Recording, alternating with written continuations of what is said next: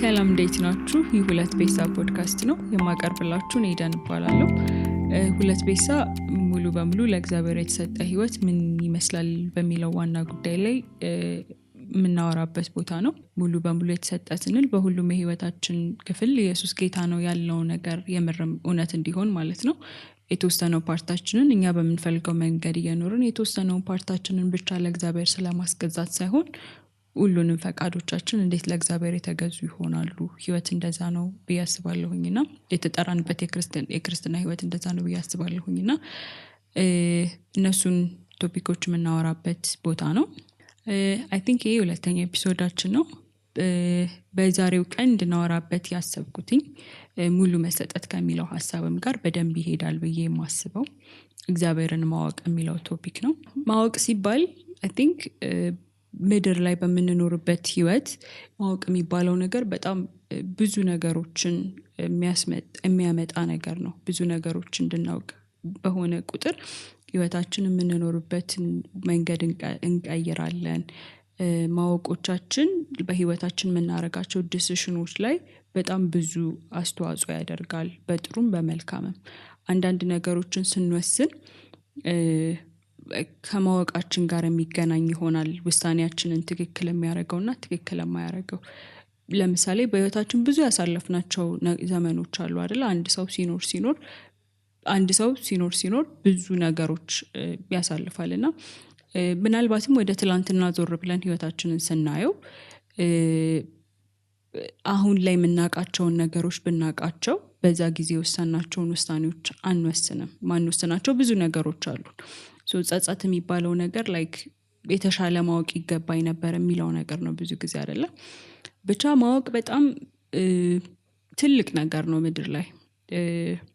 አንድ ሰው ለምሳሌ በአሁኑ ጊዜ ባለው የስራ ሁኔታ ሙሉ በሙሉ አፕላይ ላያደርግ ይችላል። ግን በድሮ ጊዜ በነበረው የስራ ሰዎች ብዙ አመት አንድ ፊልድ ላይ በቆዩ ቁጥር ብዙ እውቀት ይኖራቸዋል፣ ብዙ እውቀት ያካብታሉ፣ ብዙ ልምድ ያገኛሉ። በዛው ልክ ይሄ ማወቃቸው ፋይናንሻሊ እንዲያድጉ የነበራቸው ፖዚሽን ከፍ እንዲል በዛ ኤሪያ በዛ ሴክተር ላይ ይሆናልና ማወቅ በጣም ጥሩ ነገር ነው። በሰዎች መካከል ብዙ ልዩነትን የሚያመጣ ነገር ነው። ለምሳሌ የ8 አመት ልጅና የ15 አመት ልጅ ተመሳሳይ ነገር አያውቅም። የ15 አመት ልጅና የ40 አመት ሰው ተመሳሳይ ነገር አያውቅም። ሰዎች በኑሩ ቁጥር ብዙ ነገር እያወቁ ይመጣሉ። ማወቅ የሚባለው ነገር ከህይወታችን ጋር በጣም የተሳሰረ በጣም ሚና የሚጫወት ነገር ነው ለህይወታችን ኳሊቲ ማለት ነው። ምድር ላይ ስላሉት ነገሮች እንደዚህ ካልን ጀስት ካርናል የሆነ ወርልድ ላይ ማለት ነው። እግዚአብሔርን ማወቅ የሚባል ቶፒክ ደግሞ ይሄ እንዴት ነው ምድር ላይ ብዙ ነገር በማወቃችን የተሻለ ህይወት መኖር የምንችል ከሆነ ነሰሰርሊ ሁሌም አፕላይ ያደርጋል አይደለም፣ ግን ብዙ ጊዜ ብዙ ነገር ማወቃችን ይጠቅመናል፣ ከብዙ ነገር ይጠብቀናል ነው ፖይንቱ። እንደዛ ከሆነ ለምድራዊ ህይወታችን እግዚአብሔርን ማወቅ የሚባለው ነገር የሰማይና ምድርን ፈጣሪ የሆነ በጣም የሚወደንን አምላክ ብቻ አላ እንደ እግዚአብሔር ያለ ማንም የለምና እግዚአብሔርን ማወቅ የሚባለው ነገር የተሻለ እንዴት የህይወታችንን ኳሊቲ ከፍ ሊያደርገው እንደሚችል ማሰብ በጣም ቀላል ነው። ብዙ ጊዜ እግዚአብሔርን ማወቅ ሲባል ትንሽ ኢንቲሚዴቲንግ የሆነ ቶፒክ ነው። ሰዎች መዳፈር የሚመስላቸው ሰዎች አሉ። ለምሳሌ እኔ መጀመሪያ ወደ ጌታ እንደመጣው ሰሞን እግዚአብሔርን ማወቅ ይቻላል ብዬ አላስብም። ብዙ ጊዜ ዱዌል የማደርግበት እሱን ነገር እንዳስብ የሚያደርገኝ ክፍል አለ።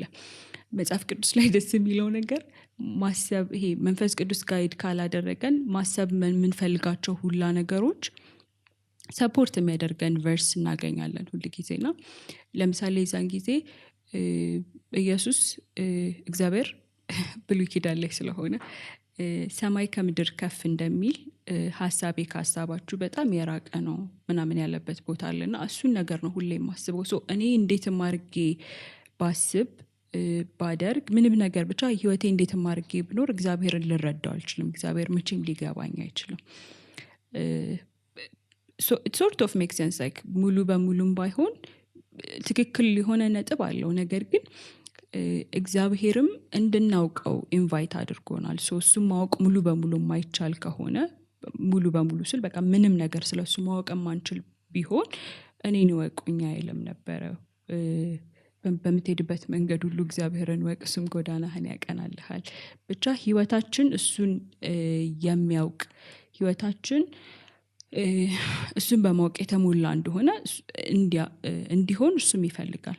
ለምሳሌ ኢየሱስ ክርስቶስ ዮሐንስ ላይ ሲጸልይ ሊሞት አካባቢ ከጸለያቸው ጸሎቶች ውስጥ አንዱ እውነተኛ አምላክ የሆንከውን አንተን የላከውንም ክርስቶስን ማወቅ ይህች የዘላለም ህይወት ናትና።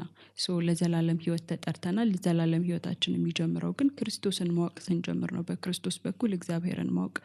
እግዚአብሔር አምላክ ነው፣ ሙሉ በሙሉ ልናውቀው አንችልም።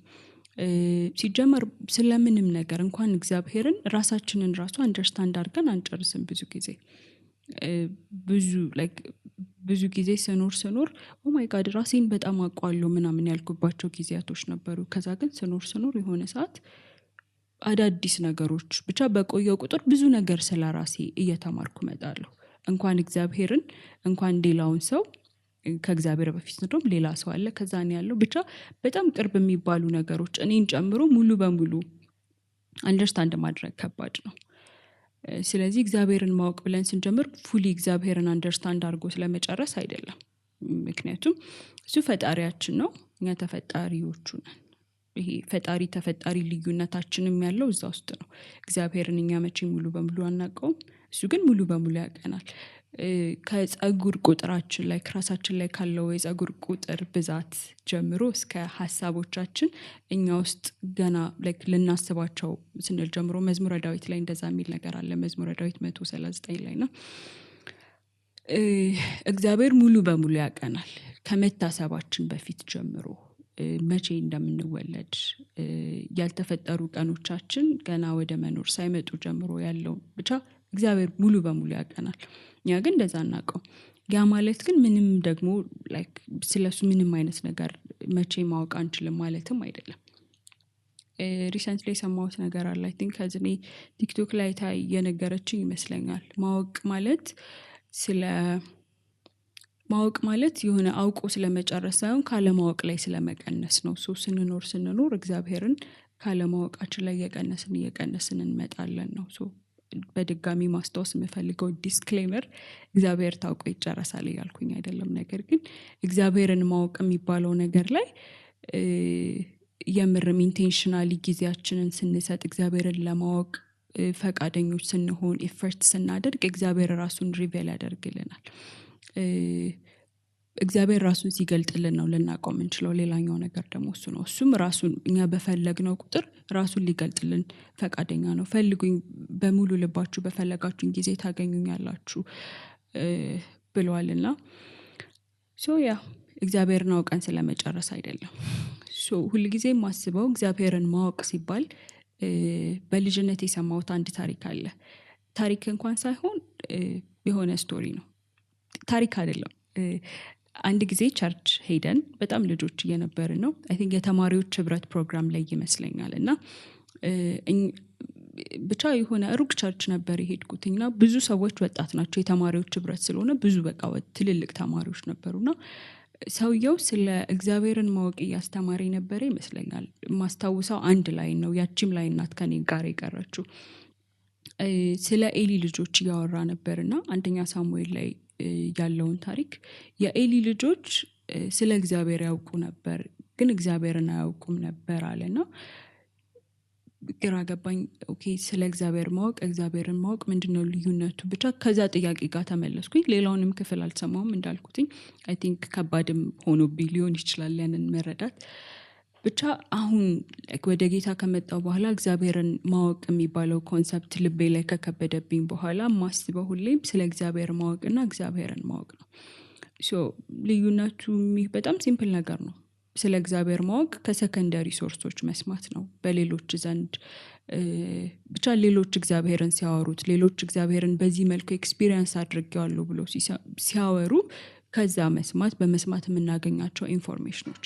እግዚአብሔርን ማወቅ ሲሆን ግን ከራሱ ለምሳሌ ያንን አንደርስታንድ ለማድረግ የሆነ በጣም የምናውቀው ፌመስ ሰው የምናደንቀው ሰው ቢኖር ሙሉ በሙሉ የምናውቀው ቢመስለን በጣም የምንከተለው ሶሻል ሚዲያ ላይ ፎሎ የምናደርገው የየቀን ህይወቱን እናውቀዋለን። ያ ያንን ሰው ማወቅ ሊሆን አይችልም።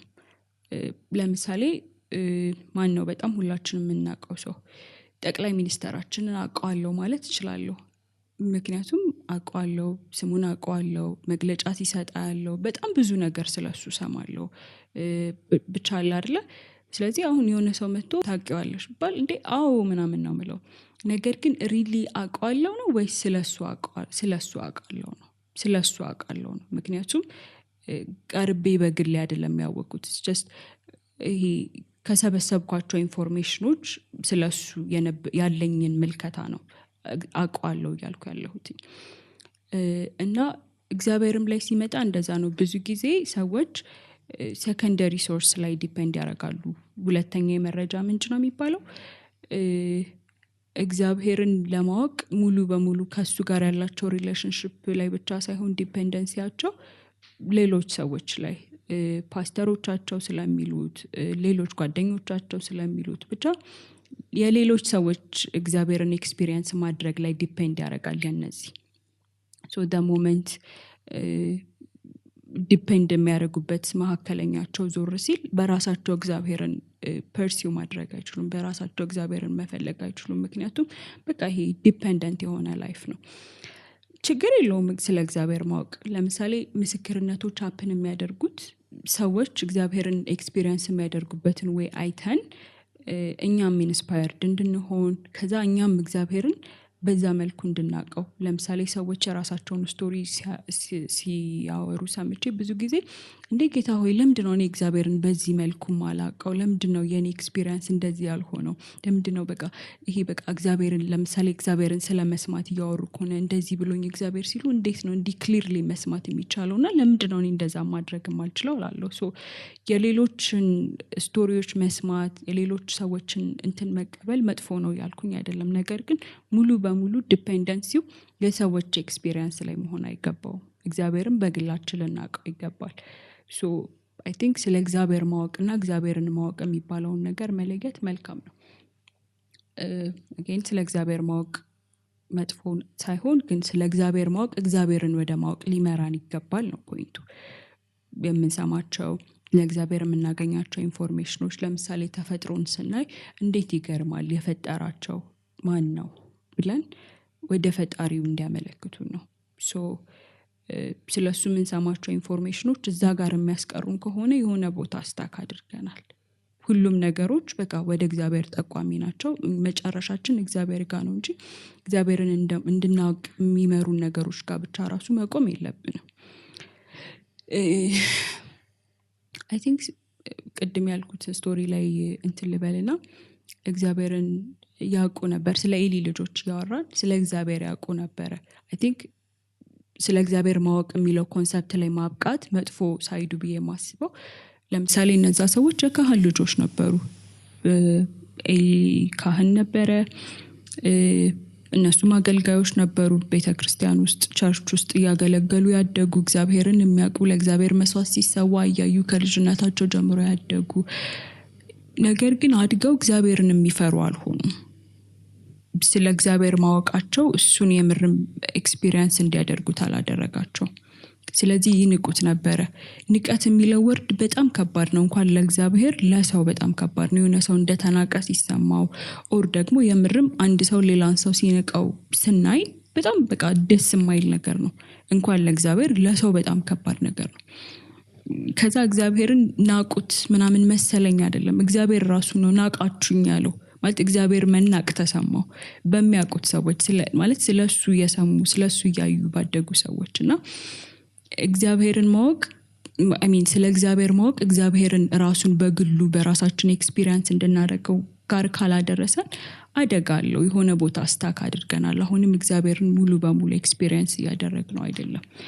ስለዚህ የምንሰማቸው ኢንፎርሜሽኖች፣ ለምሳሌ በጣም ዩቲዩብ ቪዲዮ ምናምን አያለው፣ ስብከቶች ሰማለው፣ ብቻ የሰዎችን ነገር መስማት ደስ ይለኛል በበኩሌ ማለት ነው። ግን እነዛ ነገሮች ሞር ላይክ ወደ እግዚአብሔር እንድቀርብ እንዲያደርጉኝ ነው እንጂ እነዛ ነገሮች አርክተውኝ እዛ ጋር እንድቆይ አይደለም። ኦ ማይ ጋድ ይሄ ስቶሪ እንዴት ይገርማል ብዬ ስለማቆም ሳይሆን፣ ለምሳሌ አንድ ሰው የፈውሱን ስቶሪ ካወራ ኦር ለእግዚአብሔር ስለሰማበት መንገድ ካወራ ስለዛ ሰው ተደንቄ ስለማቆም ሳይሆን በቃ እግዚአብሔርን የበለጠ እንድፈልገው እንዲሆን ነው። ሶ በድጋሚ ስለ እግዚአብሔር ማወቃችን መጥፎ ነገር አይደለም፣ በጣም ጥሩ ነገር ነው። ነገር ግን እሱ ሞር ወደ እሱ እንድንቀርብ ሞር እሱን እንድንፈልገው እንዲያነሳሳን ያስፈልጋል ነው። ሶ እግዚአብሔርን ማወቅ ማለት በግል ባህሪውን አንደርስታንድ ማድረግ፣ ምን ይወዳል። ሁሌ የማስበው ነገር አለ። መዳን ኢየሱስ ክርስቶስን ስናምን የሚጀምር ነገር ነው። ነገር ግን እሱ ጋር የሚያበቃ ነገር አይደለም። እሱ መጀመሪያው ነው። በመዳን በር ገብተን ስንጨርስ ህይወታችንን ሙሉ ከእግዚአብሔር ጋር ዋክ ስለማድረግ ነው። ከእግዚአብሔር ጋር ስለመጓዝ ነው። ህይወትን ከእግዚአብሔር ጋር ስለመምራት ነው። ህይወትን ከእግዚአብሔር ጋር ስለመምራት ስንል ደግሞ እንደ እግዚአብሔር ፍቃድ እየወጣን ነው ወይ? እንደ እግዚአብሔር ፍቃድ እየገባን ነው ወይ? እግዚአብሔር ለሁላችንም ፕላን አለው። እሱ ባሰበልን መሰረት እየኖርን ነው ወይ? ሁልጊዜም ሰዎች ፐርፐዝ የሚለው ነገር ጥያቄያቸው ነው። በህይወቴ ምንድነው ማድረግ ያለብኝ? ወደፊት ምንድነው ፐርሲው ማድረግ ያለብኝ? ምንድነው መማር ያለብኝ? ማንን ነው ማግባት ያለብኝ? ማንን ነው ጓደኛ ማድረግ ያለብኝ? ከሚኒንግ ጀምሮ ብዙ ነገሮቻችንን መሳሳት አንፈልግም። መሳሳት ብቻ ህይወትን በትክክለኛው መንገድ መምራት እንፈልጋለን። መሳሳት ያለ መፈለጋችንን ያክል ግን እንዳንሳሳት መሄድ ያሉብንን መንገድ አንሄድም። ሁልጊዜ የሚባል ነገር አለ አይደለ? ስለ አንድ ፕሮዳክት አንደርስታንድ ለማድረግ የሰራውን ሰው ነው የሚጠየቀው። እግዚአብሔር ነው የኛ ፈጣሪ አይደለ? ስለዚህ ፐርፐዞቻችንን ልናገኝ የምንችለው ከእግዚአብሔር ነው። ምን ማድረግ እንዳለብን፣ በህይወታችን ወዴት መሄድ እንዳለብን፣ ለምን እንደፈጠረን፣ ምን ላይ ብንሆን በቃ እንደሱ ለሱ ደስ በሚለው መንገድ ኖረን እኛም በህይወታችን ሳቲስፋክሽን የሚባለውን ነገር ማግኘት እንዳለብን ልናገኘው የምንችለው ከሱ ነው። ስለዚህ ወደዛ መሄድ አለብን። ወደሱ እነሱ ነገሮች ከእግዚአብሔር ለማግኘት ደግሞ ቅርበት ያስፈልገናል፣ ሪሌሽንሺፕ ያስፈልገናል፣ ከሱ ጋር ህብረት ማድረግ መቻል ያስፈልገናል። ስናቀው ስንቀርበው እናውቀዋለን አይደለ? ኖርማል ነው። ባይ ዘ ዌይ እግዚአብሔርን ማወቅ ሲባል ምድር ላይ ካለ ሪሌሽንሺፕ መውሰድ እንችላለን። አንድን ሰው ስትሬንጀር የሆነን ሰው ሳቀው መጀመሪያ የተዋወቅን ቀን ብዙ ነገር አላቅም ስለሱ። እየኖርኩ መጀመሪያ ጓደኛ እንሆናለን። ከዛ ቤተሰብ እየሆነን እንመጣለን። ጓደኝነታችን በጠነከረ ቁጥር ማለት ነው። በዛው ልክ ቤተሰብ እየሆነን በመጣን ቁጥር ከትላንት የተሻለ ዛሬ እያወቅኩት እመጣለሁ ያንን ሰው እና ሁሌም መሆን ያለበት እንደዛ ነው። ከእግዚአብሔርም ጋር መጀመሪያ ስንመጣ ብዙ ክሎ የለንም፣ አልነበረኝም። አሁንም ስለ እግዚአብሔር በጣም አውቃለሁ ያልኩኝ አይደለም። ነገር ግን ትላንት ከማውቀው ዛሬ የተሻለ አውቀዋለሁ። ትላንት በምንጣላባቸው ነገሮች ዛሬም አንጣላም። ትላንት ታይ ያለኝን ነገሮች ዛሬም ደጋግሞ ታይ አይለኝም። በጣም ብዙ ብቻ እንዴት ነው ግሮዝ ሀፕን ያደርጋል አይደል? ሪሌሽንሺፕ እሱ ከእግዚአብሔር ጋር ይፈጠራል። ስለዚህ ፐርፐዞቻችንን ለማወቅ የተፈጠርንበትን ሪዝን፣ ከማን ጋር መሆን እንዳለብን፣ ምን አይነት ነገር ፐርሲው ማድረግ እንዳለብን፣ እነዛን ነገሮች ለማወቅ ከእግዚአብሔር ጋር ወክ ማድረግ የሚባለው ነገር የሚመጣው እዚህ ጋር ነው። እነዛን ነገሮች ለማወቅ ወደ እግዚአብሔር ነው መጠጋት ያለብን፣ ወደ እግዚአብሔር መቅረብ ነው። እግዚአብሔርን ስናውቀው የልቡን ሀሳብ ይነግረናል። የሆነ ሰው ሲያምነን ራሱን አሳልፎ ይሰጣናል አይደለ? የሚያስባቸውን ነገሮች፣ ህልሙን፣ ሀሳቡን፣ በቃ ፕላኖቹን፣ ሁሉ ነገሮች በግልጽ ለኛ ሼር ማድረግ ይጀምራል። ልክ እንደዛው የቅርበታችንን ያክል የእግዚአብሔርን ሀሳቦች ማወቅ እንጀምራለን። ለኛ ብቻ ሳይሆን ለሌሎችም ሰዎች ማየት መጀመር እንችላለን። ከእግዚአብሔር ጋር በቀረብን ቁጥር ብዙ ነገር እግዚአብሔር ሪቨል እያደረገልን፣ ብዙ ነገር እየገለጸልን ይመጣል። ነገር ግን ሳንተዋወቅ በሩቅ ቆመን ይሄ ነገር ላይ መሳሳት አልፈልግም፣ ይሄ ነገር እንደዚህ እንዲሆን አልፈልግም የምንል ከሆነ እግዚአብሔር ለኛ የልቡን ሀሳብ የሚገልጥበት ሚንስ አይኖረው።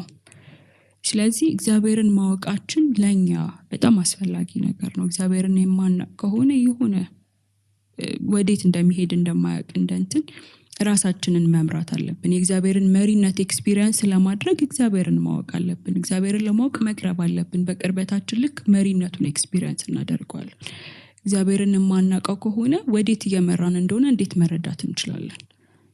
እግዚአብሔርን የማናውቀው ከሆነ ህጎቹን አንደርስታንድ ማድረግ እንዴት እንችላለን? ድሮ በጣም የሚያስቸግረኝ ነገር ብዙ አንደርስታንድ ማላረጋቸው ህጎች ነበሩ። እግዚአብሔር እንደዚህ አድርጎ ብሏል፣ እንደዚህ አታድርጉ ብሏል።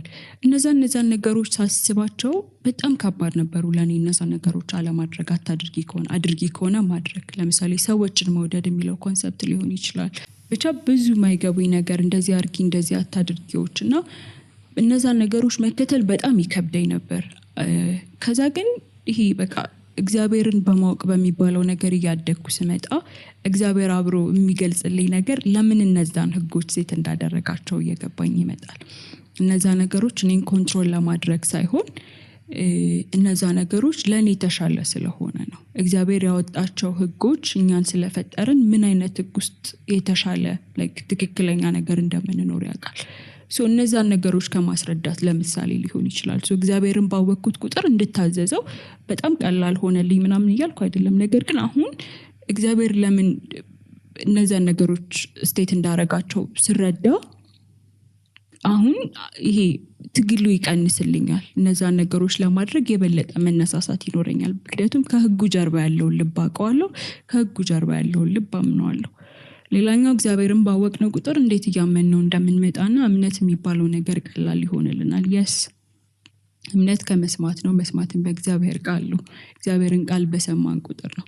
ነገር ግን ከእግዚአብሔር ጋር በቆየን ቁጥር ከእግዚአብሔር ጋር ብቻ ህይወትን ብዙ በኖርን ቁጥር እግዚአብሔር በቃሉ የምንሰማውን ነገር ኤክስፒሪየንስ እንድናደርገው ያደርገናል።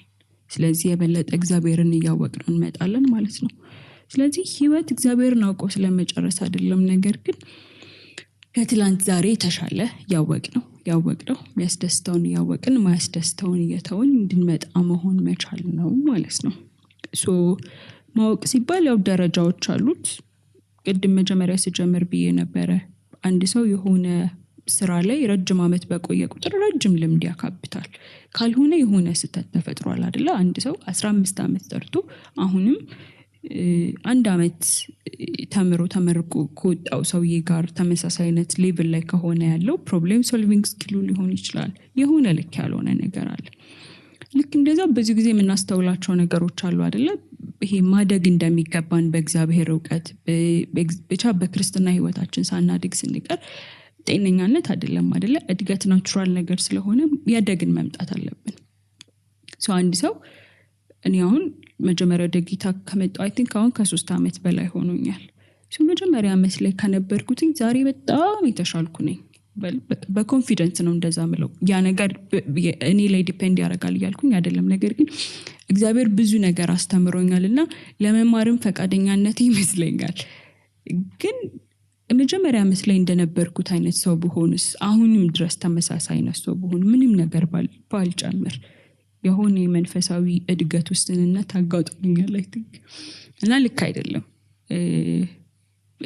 ደረጃዎቻችን ከእግዚአብሔር ጋር በቆየን ቁጥር እየጨመሩ መምጣት አለባቸው። እግዚአብሔርን ብቻ ብዙ ዓመት በእግዚአብሔር ቤት በቆየን ቁጥር ብዙ ፍሬዎች እያፈራን ነው መምጣት ያለበት። የስ በጣም ብዙ ችግሮች ያጋጥማሉ። ክርስትና እንደምናስበው ሊኒየር የሆነ ፓዝ አይደለም። በጣም ቀጥተኛ መንገድ አይደለም። ብዙ ውጣ ውረዶች አሉበት፣ ብዙ ከፍታ ዝቅታዎች አሉበት። ነገር ግን ስቲል በነዛ ነገሮች ሁሉም ውስጥ እግዚአብሔር ስላለ ያደግን መምጣት ያለብን ቦታ ነው። ስለዚህ እንደየቆይታዎቻችን በእግዚአብሔርን በማወቅ ከፍ ያለን መምጣት አለብን ለማለት እወዳለሁ። አይ ቲንክ እግዚአብሔርን ለማወቅ ማድረግ ካሉብን ነገሮች የመጀመሪያው መሻት ማድረግ ነው። ምናልባት ባይ ዘ ዌይ መሻትም ላይኖረን ይችላል and I feel like that's okay። ከዛ መጀመር እንችላለን። አሁን እግዚአብሔርን ለማወቅ የሚፈልግ ልብ ከሌለን እሱን ወደ እግዚአብሔር ማምጣት እንችላለን። አንተን የሚፈልግ ልብ የለኝም and ልክ አይደለሁም፣ ስለዚህ ይሄንን ነገር ፊክስ እናድርገው። ጸሎታችን ከዛ መጀመር እንችላለን። I think ድሮ መጀመሪያ ወደ ጌታ እንደመጣው ሰሞን አንድ ሰዎች በጣም ፓሽኔት የሚሆኑበት ርዕስ ነበረ። በቃ ስለ ኢየሱስ ሲነሳ ምናምን ነገር በጣም በቃ እንትን ይላሉ፣ በጣም በቃ ደስተኛ ይሆናሉ። በቃ ላይ ኦብቪየስሊ እንደዛ መሆን አለበት፣ ምክንያቱም የክርስትና ህይወታችን ዲፔንድ የሚያደርገው እዛ ላይ ስለሆነ። ለኔ ግን እንደዛ አልነበረም። ብዙም ደስም አይለኝም አይከፋኝም አላ በጣም አንደርስታንድ አላደርገውም እና መጠየቅ ጀመርኩ። ለምንድነው ሁሉም ሰው እንደዛ የሚሆነው? ለምንድነው እኔ እንደዛ ማልሆነው? ለምንድነው ኢየሱስ ሲባል ሰው ሁላ እንደዚህ የሚሆነው? እኔ ግን ኖርማል መሆኑና ኖርማል መሆን የለብኝም። ስለዚህ ይህንን ነገር ፊክስ አድርግልኝ። እግዚአብሔርን እንደምወደው ማላቅበት ጊዜ ነበረ። ስለዚህ እግዚአብሔር ሆይ ማለት በግልጽ መጥቼ እግዚአብሔር አይ ቲንክ አልወድህም፣ ልወድህ እንደሚገባ አልወድም፣ ስለዚህ አንተንም ወድበት ፍቅር ስጠኝ ብዬ ጸልያለሁና በጣም ከእግዚአብሔር በጣም ደስ የሚለኝ ነገር እንደዚህ አይነት ጸሎቶች ይሰማል። እርሱን ለማወቅ የምንሄድባቸው መንገዶች በጣም ሰፖርት ያደርገናል እና እግዚአብሔር እሱን ለማወቅ የሆነ አንድ እርምጃ ስንሄድ እሱ 10 እርምጃ ወደኛ የሚቀርብ አምላክ ነውና ይሄ መሻት የሚባለው ነገር ያስፈልገናል። ግን መሻቱ ከሌለን ያንን መሻት ስጠኝ፣ ያንን መሻት በእኔ ውስጥ ፍጠር ከሚለው ጸሎት መጀመር እንችላለን እና ያለንበት ይሄ መቀዛቀዝ ያለንበት ለእግዚአብሔር ፓሽኔት አለመሆን ኖርማል ስቴት ሆኖ መቀጠል የለበትም እና it's not a normal thing። ኖርማልን በቃ ስለ ኢየሱስ ኖርማል መሆን የለብንም። እግዚአብሔርን ማወቅ የሚባለው ቶፒክ ላይ ሆነ እንቅልፋችንን የሚያመጣው ነገር መሆን የለበትም እና እነሱን ነገሮች ከመጸለይ መጀመር እንችላለን። ስለዚህ መጀመሪያው መሻት ነው እና ኢፈርት ማድረግ አይ ቲንክ የፍቅርም ምልክት ነው አይደለ? ለምንወደው ነገር ኢፈርት እናደርጋለን። ለምሳሌ የሚዋደዱ ሰዎችን አይቷቸው ከሆነ መጀመሪያ ከነበሩበት ጊዜ በቃ አንድ ሰው በቃ ይሄ ሰው የኔ ሆኗል ከዚህ በኋላ ምንም አይነት ኢፈርት አላደርግም አይባልም አይደለ? ባወቅናቸው ቁጥር እንደውም ይበለጠ ልናቃቸው ምናምን ነገር እንፈልጋለን እና እግዚአብሔርንም እንደዛ እንደምንለው እወደዋለሁ የምንል ከሆነ ኢፈርት ማድረግ አለብን። እርሱን ለማወቅ መጽሐፍ ቅዱሳችንን ማጥናት አለብን፣ መጸለይ አለብን፣ እስቲ ራስህን ግለጥልኝ ማለት አለብን እና ሁሌም ብቻ በኢፈርት የታገዘ ነገር ነው እንደ ማንኛውም ነገር ማለት ነው። የስ እግዚአብሔር ራሱን ሪቬል ያደርግልናል። ነገር ግን አስገድዶን ላይክ ስለኔ ማወቅ አለባችሁ ምናምን አይነት ብሎ አይደለም፣ እንደ መሻታችን ነው። እኛ የራሳችንን ፓርት ስንወጣ እሱ ላይ ወደኛ ለመምጣት እንትን ይለዋል። መዳን ይሄ እንዴት ነው? በቃ መዳናችንም ዲፔንድ የሚያደርገው እዛ ላይ ነው አይደለ? ከማወቅ ነው የሚጀምረው። ከዛ ግን የሚያበቃ ነገር አይደለም፣ ምክንያቱም እግዚአብሔር ታውቆ ስለማይጨረስ። ቅድም የጠቀስኩት እንትን አለ አይደለ? ኢየሱስ ሲጸልይ እውነተኛ አምላክ ከሆነ አንተን ማወቅ፣ አንተን የላከውንም ክርስቶስን ማወቅ ይህች የዘላለም ሕይወት ናት። ታውቆ የሚያልቅ ነገር አይደለም። የዘላለም ሕይወታችን ጀምሮ ወደሱ እስከምንሄድ ድረስ በቃ እሱን በማወቅ ሕይወት በየቀኑ እየታደሰን የምንኖርበት ነው። ከዛ ደግሞ it's fun I think የኔን ኤክስፒሪየንስ ብነግራችሁ በየቀኑ እግዚአብሔርን ባወቅኩት ቁጥር የበለጠ በቃ እንዳውቀው ኢንስፓየር ነው የሚያደርገኝ። በጣም የሚገርም አምላክ ነው። በጣም ደስ የሚል አምላክ ነውና ልጅነቴን ሳስበው በጣም አዝናለሁ። ስለ እግዚአብሔር የተሳሉብኝ ስዕሎች እግዚአብሔር እንደዚህ ነው፣ እግዚአብሔር እንደዛ ነው እንደተባለው ሁሉ አይደለም። በቃ እግዚአብሔር በጣም የሚገርም አምላክ ነው። እግዚአብሔር በጣም በቃ ብቻ እሱን ከማወቅ የሚበልጥ ደስታ የለምና እግዚአብሔርን እንደምንለው ወደዋለሁ የምንል ከሆነ በየቀኑ ህይወታችን እሱን ለማወቅ የተሰጠ ሊሆን ይገባል። የሆነ እንትን ያልኩት ክፍል ነበረ ጳውሎስ ኤፌሶን ሰዎች ላይ ያለው ነገር አለና I think ኤፌሶን ምዕራፍ 1 ቁጥር 17 ላይ የክብር አባት የጌታችን የኢየሱስ ክርስቶስ አምላክ እርሱን በማወቅ የጥበብ የመገለጥን መንፈስ እንዲሰጣችሁ ለምናለሁ።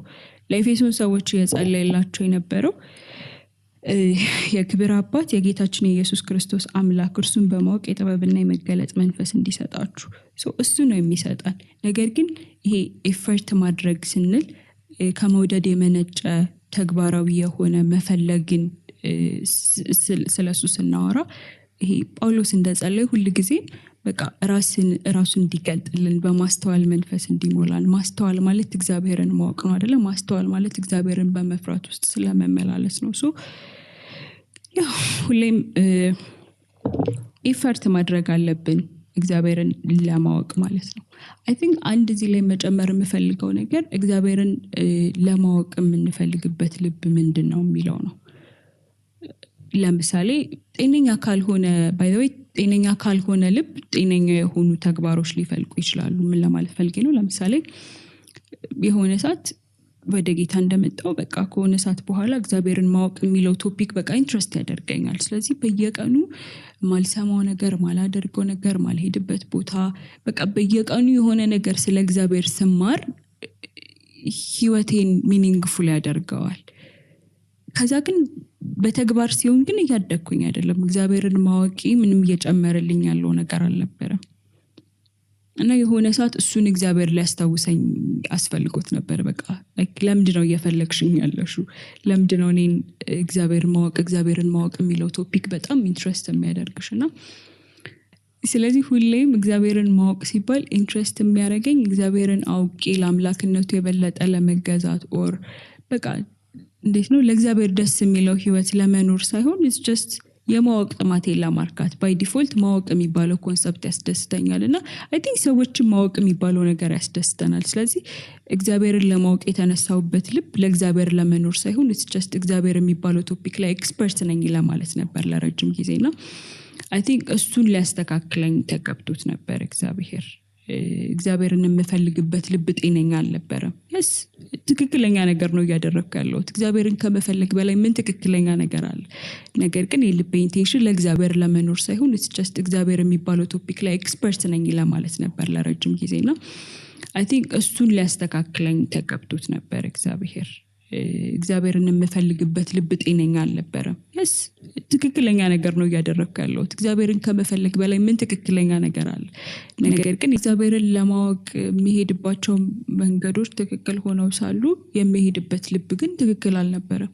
ለእግዚአብሔር ለመኖር ለእግዚአብሔር ለአምላክነቱ ብቻ ህይወቴን ሙሉ በሙሉ አስገዝቼ እግዚአብሔርን ብቻ ይሄ ከማምለክ ልቦና ስለመኖር ሳይሆን እግዚአብሔር የሚባለው ቶፒክ ላይ ኤክስፐርት ነኝ ለማለት ከሰዎች ጋር አንስተን ስለ እግዚአብሔር ስንነጋገር በጣም ኢንትረስቲንግ የሆኑ ፋክቶች እንትን ለማለት አሁን ሳስበው የሚያሳፍር ነው ግን ልጅ ነበርኩ ሰው ኦኬ እግዚአብሔር ደግሞ አርሞኛል እነዛን ነገሮች ስለ እግዚአብሔርን ለማወቅ መሄድበት ነገር ኤክስፐርት ስለመሆን ሳይሆን ከሰዎች ጋር ሳወራ የሆነ ደስ የሚሉ ነገሮች አውቄ ስለመገኘትና ሰዎችን ኢምፕረስ ለማድረግ ሳይሆን በየቀኑ ክርስቶስን የሚመስል ህይወት ስለመኖር ነውና የዛኔ ነው መጀመሪያ ክርስቲና በጣም ቀላል ይመስለኝ ነበር። በቃ እግዚአብሔርን ማወቅ ምናምን ሲባልና ያ ሞመንት በቃ መታቂያቸውን ነገሮች ስለመኖር ነው የሚለውን ፓርት ሲያስረዳኝ ነው ለካ እንደዚህ ነው ከባድ ነው የሚባለው ነገር ያልኩት። ስለዚህ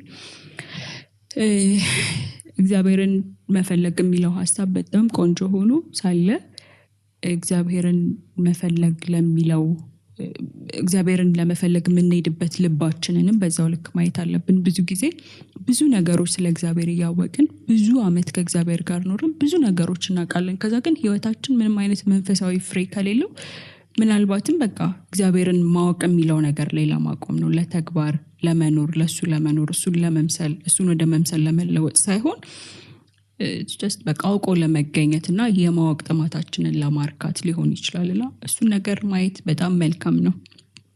ያው እግዚአብሔርን የምናውቀው ቅድም እንዳልኩት እግዚአብሔር ራሱን ሪቨል ሲያደርግልን ነው።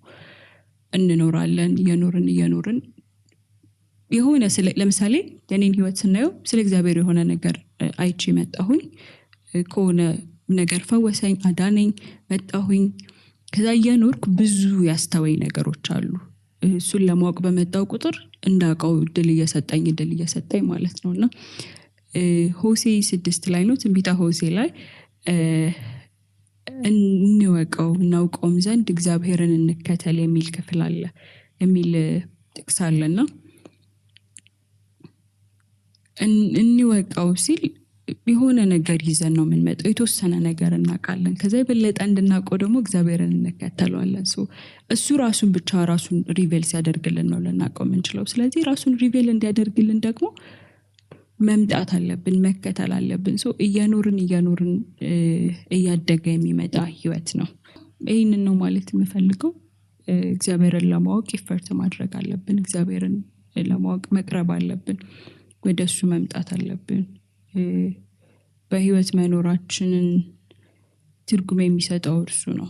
ከሱ እንዴት ነው በቃ መዳን በሚባለው ነገር የምንጀምረው እንደዛ ነው። ከዛ ግን የኖርን ህይወታችን ከእግዚአብሔር ጋር ስለመምራት ነው ክርስትናና ያንን ለማወቅ እግዚአብሔርን አንደርስታንድ ማድረግ እግዚአብሔርን አንደርስታንድ ስናደርግ የበለጠ እንወደዋለን የበለጠ እናምነዋለን የበለጠ እንገዛለታለን። እግዚአብሔርን የማወቅ ትርጉሙም የበለጠ ለሱ መገዛት ስለሆነ ማለት ነው። ይሄንን ነው ማለት የምፈልገው። እግዚአብሔርን ለማወቅ ኢፈርት ማድረግ አለብን። እግዚአብሔርን ለማወቅ መቅረብ አለብን። ወደሱ መምጣት አለብን። በህይወት መኖራችንን ትርጉም የሚሰጠው እርሱ ነው። ከሱ እንዴት ነው በቃ መዳን በሚባለው ነገር የምንጀምረው እንደዛ ነው። ከዛ ግን እየኖርን ህይወታችን ከእግዚአብሔር ጋር ስለመምራት ነው ክርስትናና ያንን ለማወቅ እግዚአብሔርን አንደርስታንድ ማድረግ እግዚአብሔርን አንደርስታንድ ስናደርግ የበለጠ እንወደዋለን፣ የበለጠ እናምነዋለን፣ የበለጠ እንገዛለታለን። እግዚአብሔርን የማወቅ ትርጉሙም የበለጠ ለሱ መገዛት ስለሆነ ማለት ነው። ሁለት ፔሳ ለእግዚአብሔር ሙሉ መሰጠት የሚለው ቶፒክ ላይ የምናወራበት ቦታ ነው ብያለሁ። ለእግዚአብሔር ሙሉ በሙሉ መሰጠት አይ ቲንክ እግዚአብሔርን ከማወቅ ይጀምራል። ለማናውቀው አምላክ መሰጠት የሚባለው ቶፒክ ያስኬዳል ብዬ አላስብም። ስለዚህ እግዚአብሔርን ከማወቅ መጀመር አለብን። እግዚአብሔርን ለማወቅ ደግሞ እግዚአብሔር ልባችንን ያነሳሳልን። ስለዚህ የዛሬው ኤፒሶዳችን ይህንን ይመስላል። እግዚአብሔርን ስለማወቅ ያልኩት ቶፒክ